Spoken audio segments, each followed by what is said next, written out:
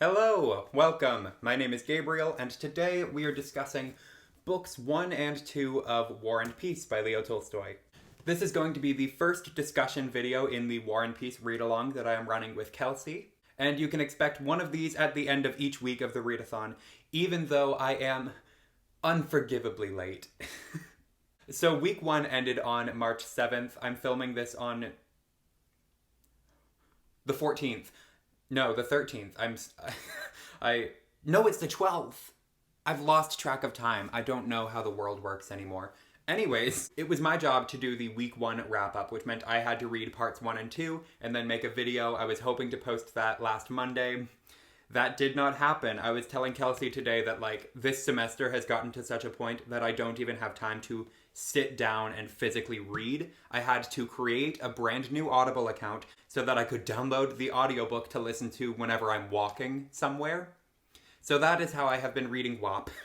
If you've been following along, comment down below how this first week's reading experience went for you. If you're in the Discord, a lot of people have already said this, but my favorite part of this section that we just read is part 1. That's where we're in Moscow and Petersburg, and we're meeting all of these families and going to different parties, learning about relationship drama and inheritance drama, and it's very exciting. And then part 2 is the war. That's when we're on the battlefield and we're talking about different officers going to visit different generals and the works. My notes are all over the place. I really wasn't thinking about a coherent way to discuss everything, so just anytime something struck my fancy and I thought I should say something about that, I wrote it down. The two characters that of course I want to talk about are the Annas. We have Anna Pavlovna, who is an older single woman in society who hosts lots of parties and likes to spread gossip. She's kind of like the Yenta matchmaker archetype. I really like the description of her party scene because she's really calculating and captivating as a character. He almost writes about her controlling a party in the way that a general would control an army. And that's actually funny because later in the book, Tolstoy talks a lot about how generals have no control over their officers, and these great men of history really have no actual influence on the outcome of wars. And so it's just funny to see that, Anna Pavlovna has more influence over her group of people than the actual generals do when they're in battle. Was that insightful? And then there is Anna Mikhailovna. I'm realizing now I've never said these out loud. Anna Mikhailovna, who is the mother of Boris.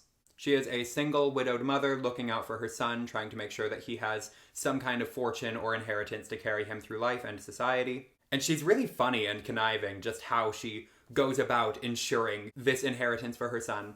I also really like book 1 because we focus on the characters of these mothers. We have Anna Mikhailovna and then the Countess Rostov, the mother of Natalia and Nikolai. Book 1 is just a really interesting place for these two mother characters to talk about their children and for them to have control of the story before the children kind of take over later in the book. Then, of course, I took a couple of notes on, the men. So first up, I'll talk about, Nikolai.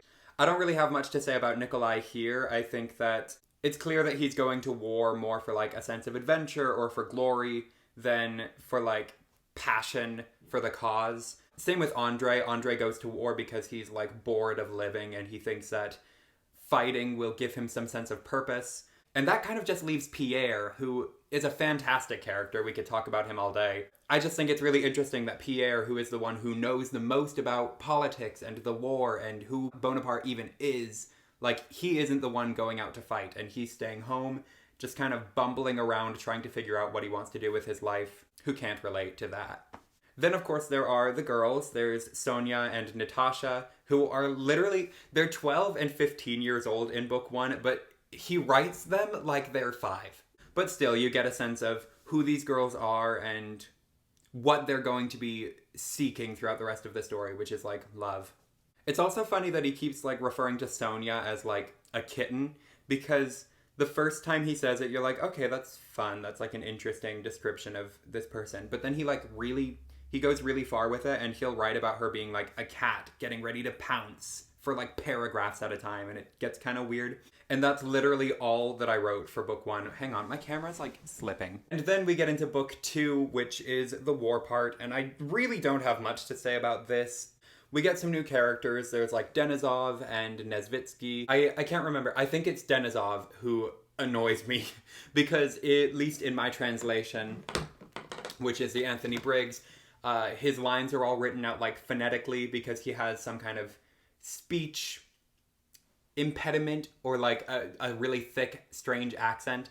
And so his lines just read in the weirdest voice in my head, and it's annoying every time. And it's especially frustrating because he gets the best line in the entire book, which is the famous, like, "We are asleep until we fall in love. We are children of dust and ashes. But when we fall in love, we are like gods." And they just give that line to him. I don't know, it just feels like it should be somebody more important. As far as the battles go, I don't really like reading about battles. That's why I don't get very into fantasy. But I think that Tolstoy does a pretty good job of, like, singling in on individual peoples and what their emotional journey is. Like, there's this moment when a Russian soldier realizes he's about to get killed by a Frenchman, and he's like, "Me? Everyone loves me. Why would you want to kill me? Me, of all people." And it's just a very important moment to, like, remind the reader that these people on an individual level have absolutely no qualms with one another. They are fighting for things that have kind of no effect on their day-to-day lives.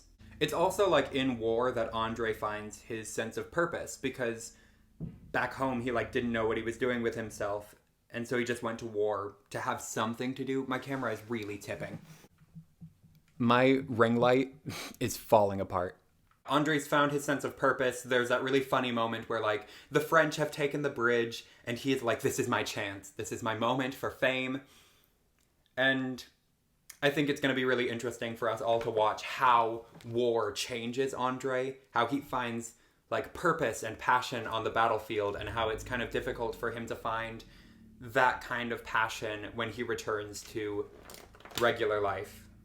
And those are just all the little things that I took notes on, but of course, you guys are reading with us, so please comment down below all of your thoughts on this book. What were your favorite scenes in chapters 1 and 2? Who were your favorite characters? I forgot to talk about one of my favorite characters, which is Princess Mary Bolkonsky, because I think she's so interesting. How she has so firmly convinced herself that the life that she is living is the life that she wants, and how she just pours everything she can into what few friendships she has, and into her faith, and into caring for her father, that she never takes a step back to consider whether she's actually, like, happy.